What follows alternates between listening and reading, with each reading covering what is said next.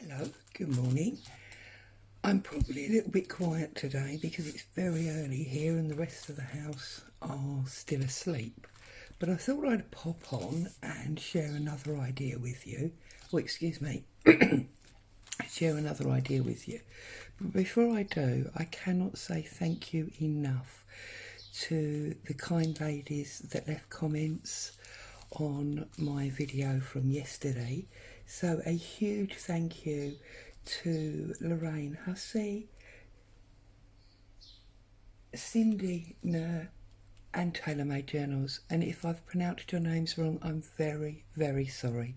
But I'm so grateful. Thank you very much. Anyway, so I thought we'd talk about paper bags today. Now, a little bit like I said in my video yesterday, I've always been jealous of the file folders that people use. Likewise, I've always wanted to have some of those printed paper bags. You see lots of them. They tend to be brown and they have medicine bottles and things on, or they have sort of a set geometric type design, and they're quite hard to get hold of, or at least I've found they are. So because of my day job, I have lots and lots of these normal brown paper bags. They are very, very cheap here in the UK. They've got a little hole in the corner because they usually come on a string. Something, I don't know, about 50 of them on a string for a couple of pounds. Absolutely nothing. I'm very lucky to have what we call a shop nearby, where you can buy all these sorts of things that you would use if you had a shop, which is what we call it, the shop. Anyway, so I thought, I wonder, can I actually print on these directly? So, with fingers crossed and eyes closed in case I ruined my printer, which by the way is an Epson Eco Tank, if that is relevant to you. I loaded them up and chose some images and pressed print. And hey presto, I have got this and this and this and this. Yay! I was really excited, a little happy dance.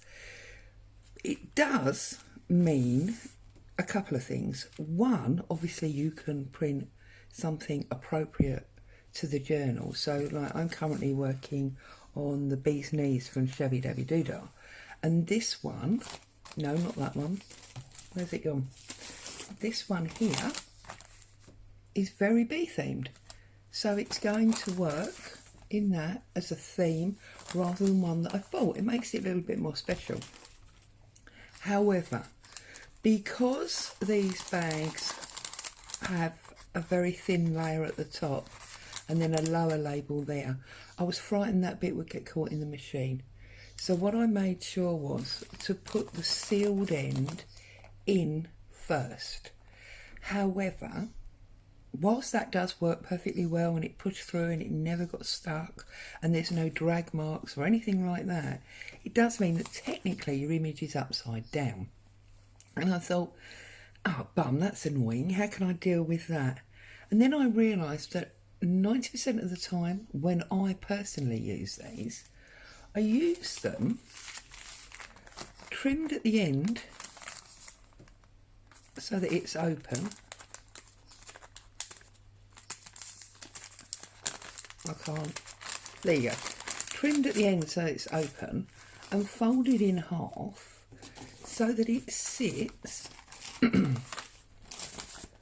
over my page and becomes two pockets. Well, in that case, it doesn't matter it's upside down, does it? Because I'm now turning it on its side as well, and it is now technically the wrong orientation, which looks right. So upside down's not an issue. So then I did another little happy dance because I was really pleased about that. So there you go. That's a little tip. But please be careful with your printers. I don't want to be responsible for printers up and down the land going haywire and not working properly ever again. So if you're the slightest bit worried about your printer not working, please don't try it.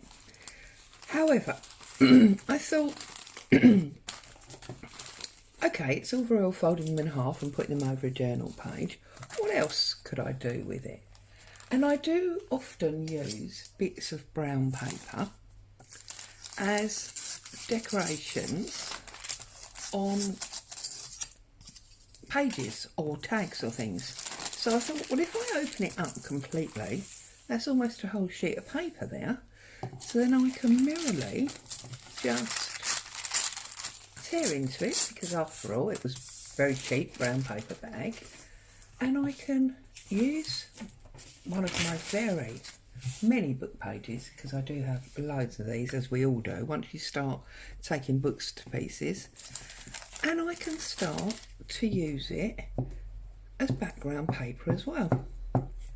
So there we go, look, just pop him on there. Again, I'm sure, as I've said before, I'm not the first one to do this. I'm fairly new to this kind of crafting. Lots of you have been doing it for forever, and you may well have done these types of things already before. So now it takes on a whole new dimension, and I quite like that. And then I'm like, what can I put on it now? What if I mixed another one in? Because obviously I can print more, it's not a problem. So I can now take my ruler again, run it down the side of the bag,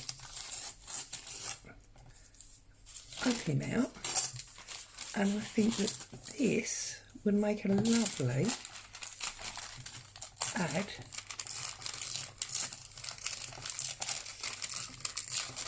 Now see if, as I'm sure you are, much more gifted than me with regards to layering up images and the like, you could have printed these both together in the first place.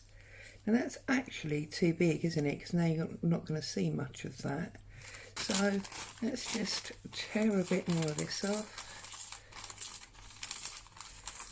And remember, obviously, that's better. Look. Just remember, obviously, you could use any, you can use any design for this.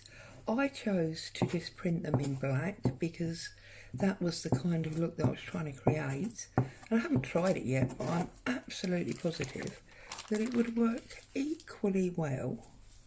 Try and line that up, there we go. It would work equally well with a coloured image, you know, a full colour image, if that's what you wanted to do. Yeah, look, I quite like that. And then if I can find some scissors, because my desk is a terrible mess, and I can just trim him off.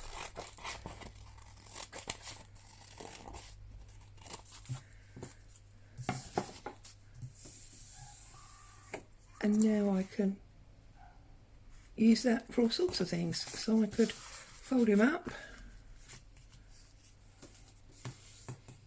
and make one of those little sort of envelopes. Well, the birds are happy this morning. I don't know if you can hear them in the background. I'm not going to cut that. Yes, I am. Yeah, I am.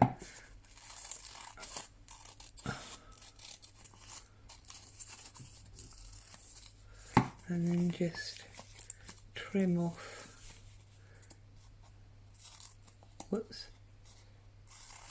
the end. And now I have, in literally less than 9 minutes, because I did some chit chat at the beginning, a little fold out. Unique to me, technically, because although these are images, Graphics Fairy, these ones, that are available to anybody, not everyone's going to use them in the same way, so it always becomes unique. And we have a little fold down, and obviously I can put some coffee paper in there, and that would then bulk it right up so it was a little bit thicker and sturdier, and yet still very thin for your journals. But it would also give me complete journaling space. Oh, that side's better. Let's just glue up this side.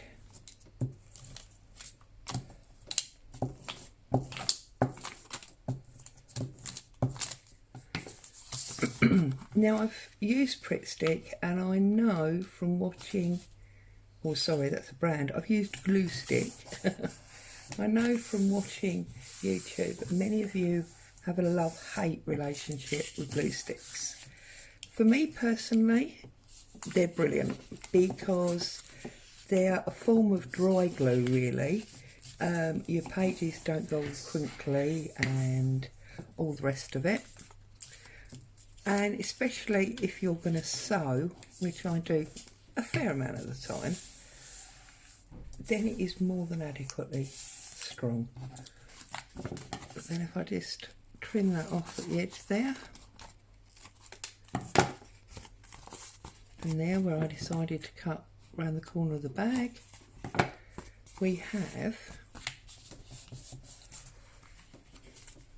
a much sturdier little fold out.